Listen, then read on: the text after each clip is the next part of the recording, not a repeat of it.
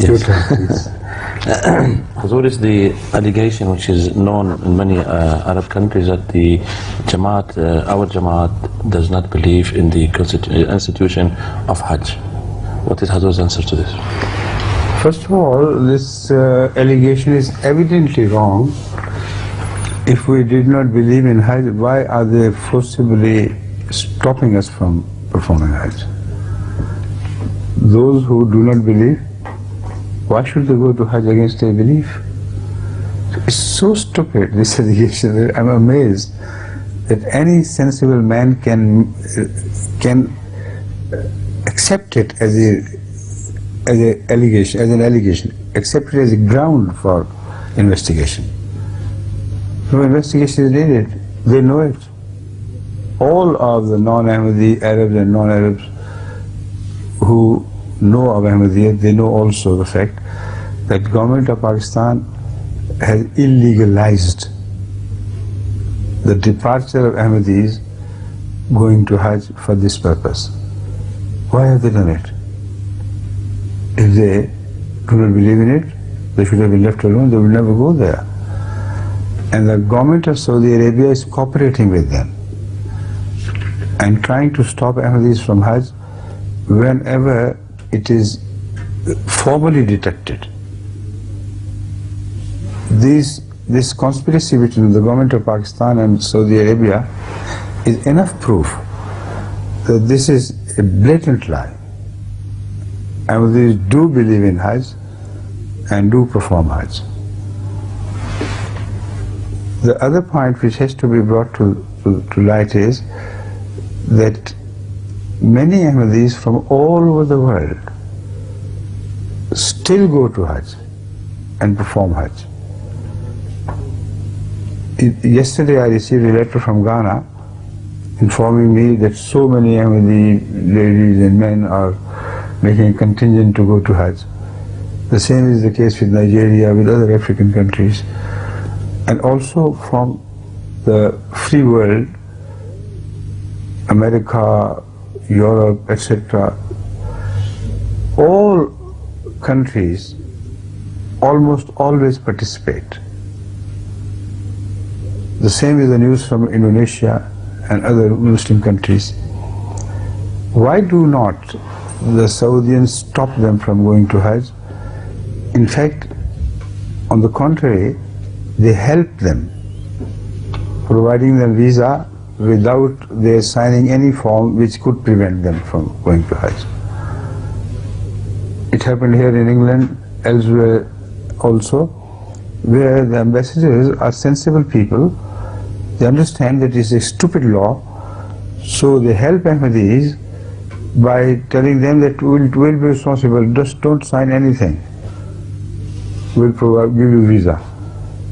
And that is how every year at least 1,000 or some more than that Ahmadis perform Hajj, and no restriction is applicable to them. Similarly, there are a large number of Ahmadis in Saudi Arabia itself, employed by foreign companies, employed by Saudi government itself, employed by their royal hospitals, and they are highly skilled professionals whose services are direly needed by the government of Saudi Arabia. On the upper level of princes and royalty, these people are not mullahs in their attitude at all. This is a complete misunderstanding about the royalty of Saudi Arabia by the Muslims all over the world. And they enjoy this misunderstanding because they are presented as highly religious people, while their private life is as far away from Islam as possibly it could be. Even farthest away from Christians and non-believers and Jews, etc. So they are secular. I'm not happy with their being away from Islam, but I am so happy that they are away from the wrong Islam, the corrupt Islam. But secularism is closer to the Islam of Rasulullah's time, in the sense that secularism has a greater regard for justice than the distorted image of religious people permits them. You see, their image of Islam is distorted, so their image of justice is also perverted. So what they follow in the name of Islam is not Islamic practice. As far as the moving away from ordinary moral Islamic practices is concerned, I do not advocate the cause of the royalty in Saudi Arabia. I don't like their misbehavior in Islamic moral values. But as far as their sense of justice is concerned, when they are neutral, I applaud that and I praise it, because it is born not out of their Islam, but out of their secularism. High up there, they don't care for Islamic values at all, so they have become secular. So much so that they have been very strongly criticized by Americans themselves for disregarding the dictates of decency. In America, in Los Angeles, the very house of corruption, they have objected against some princes that they have built a large palace which is decorated by nude figures, by statues which are so filthy that even the people of Hollywood feel shy of them.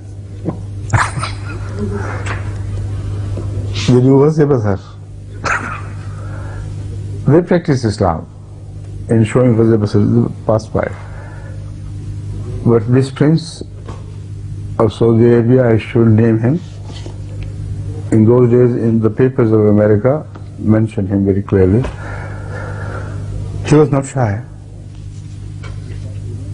at all of what he was doing, because he didn't know that Islam prevents these things. That was his religious education. He only knew money, and he had heard of some Islamic values from some distance,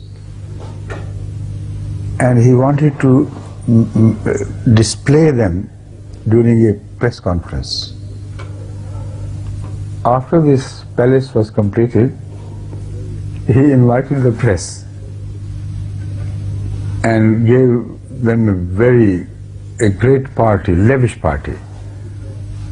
Now the pressmen were amazed at what he was doing, because he had invited all his neighbors, even distant neighbors in that area, who had not known him at all. So while the party was going on, they noticed that he was drinking wine. So one reporter, they were of course respectful of a very great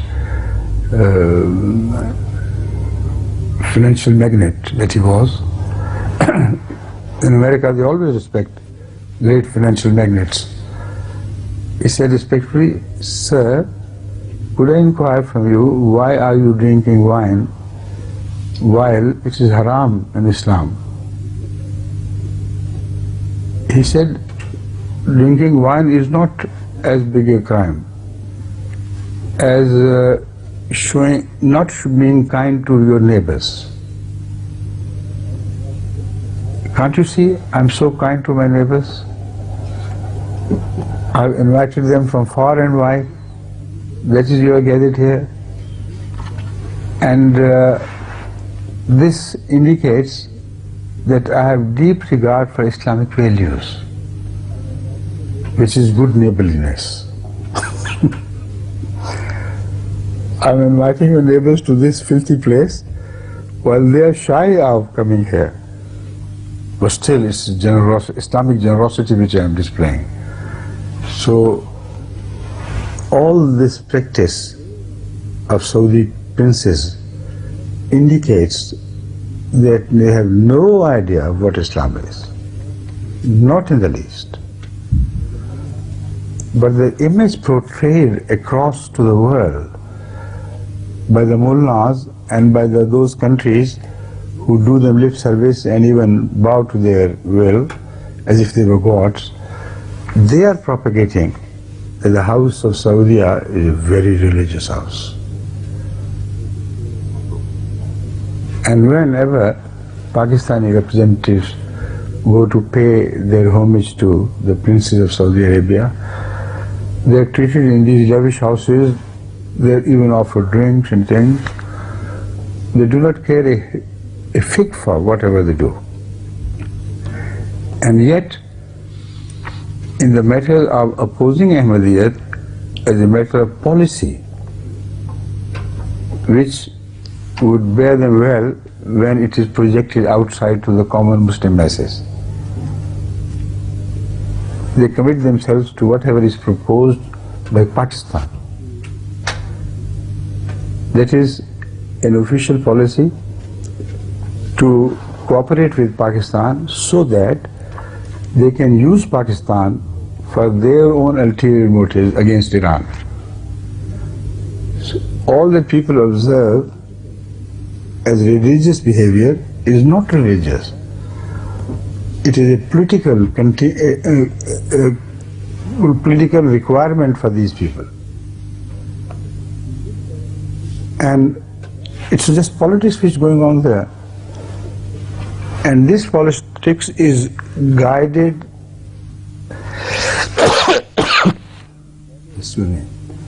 it's guided by Americans. They follow Americans 100%. They dare not oppose them. So what they do is they project the American mind through Pakistan into politics to create a barrier against Iran and to create a barrier against the influence of not only Iran but also Iraq. That serves American purpose. It does not serve any Saudi purpose directly. And because Pakistan is made instrumental, so Pakistan requires money. To give us $1 billion, that much or this much. So they sell their honor to Saudi Arabia and permit Saudi fanatics, Saudi-minded fanatics, to run great, I shouldn't say great, but very wide training courses in arms. All the big Sapai Sahaba and other places where they train them are called so-called religious schools, but they have nothing to do with religion. They are given harsh training in use of weapons and use of modern sophisticated weapons which are brought from America. So they do it and create a huge problem of peace and order in Pakistan, and that is why every day you see mass murders and eruptions and bombshells and this and that. It is because of these training houses. But Pakistan has to acquire a sort of neutral policy by informing Iran that this is free, they run houses, you also run houses. So Shia houses are also run by Iranian money to train soldiers in modern weaponry. And both of these provide those hooligans which destroy the peace of Pakistan. They rob, they loot, they are given a completely free hand. And no government, whether it is Benazir government or Nawaz Sharif government, dare touch them. All this is the Saudian policy which is displayed to the rest of the world. To the Muslim Sunni world, they say, look here, it is Saudians who are championing the cause of Sunnism. To the Shia world, they say, look here, we are permitting Iran to champion the cause of the Shiaism here in Islam, in Pakistan. All their interest is money. I don't want to divulge more on the issue of what they do and what's happening to Pakistan. I return to the basic question of why do they not permit Ahmadis to perform Hajj? To perform Hajj for Ahmadis is immaterial to them. They do it only on the behest of Pakistan, so that their image of being great champions of so-called Khatm Nubuwwat, etc., is enhanced in the world, and Pakistan can boast that, look here, this is the close relationship between Ahmadis and between Pakistan and Saudi Arabia. And also, they tell the foreign governments, not American, but European mainly, European foreign governments, don't press us too hard. We are compelled for our own survival to cooperate with Saudi Arabia. It is Saudi Arabian dictate that we are following. Where the fact is opposite. Saudi Arabians are following their dictate as a price of the policy which they enforce upon Pakistan. So I have discussed in greater detail whatever is happening, and I think it will cover maybe 20 minutes or 15 minutes tomorrow for you. Huh? And in the meantime, I take permission of you because I have to attend to other business. Right? Yes, sir. And what will you do? You will start translating it? Yes. That's good. Very good. Do it. And permit me to leave now. Thank you.